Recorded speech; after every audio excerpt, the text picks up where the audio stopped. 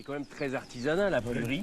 Maintenant, quand nous, on trouve qu'il y a des plantes aromatiques de partout, des plantes sauvages, on se dit, mais on va regarder ce qu'il y a dedans. Tout le monde est intéressé parce que personne ne savait. Personne ne savait valoriser ces produits-là. Et ici, dans cette forêt malgache, mais il y a tout ce que tu veux.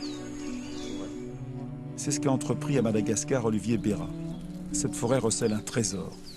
Des milliers de plantes aux vertus médicinales et aromatiques dont on extrait des huiles essentielles.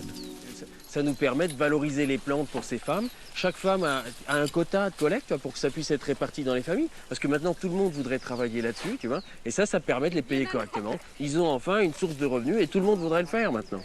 On a une huile essentielle qu'on produit dans l'Ouest qui s'appelle le saro. Le saro, c'est une plante qui est utilisée par les Malgaches pour soigner un peu tout, donc ils le connaissaient déjà.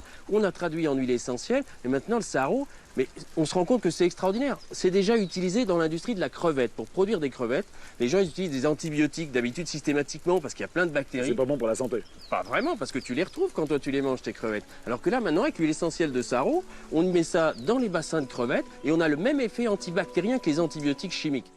En veillant sur la pharmacie de la nature, et grâce à l'énergie d'Olivier, les gens de Voimana pourront rester vivre ici. Ailleurs, la déforestation engendre la pauvreté et nourrit l'exode rural.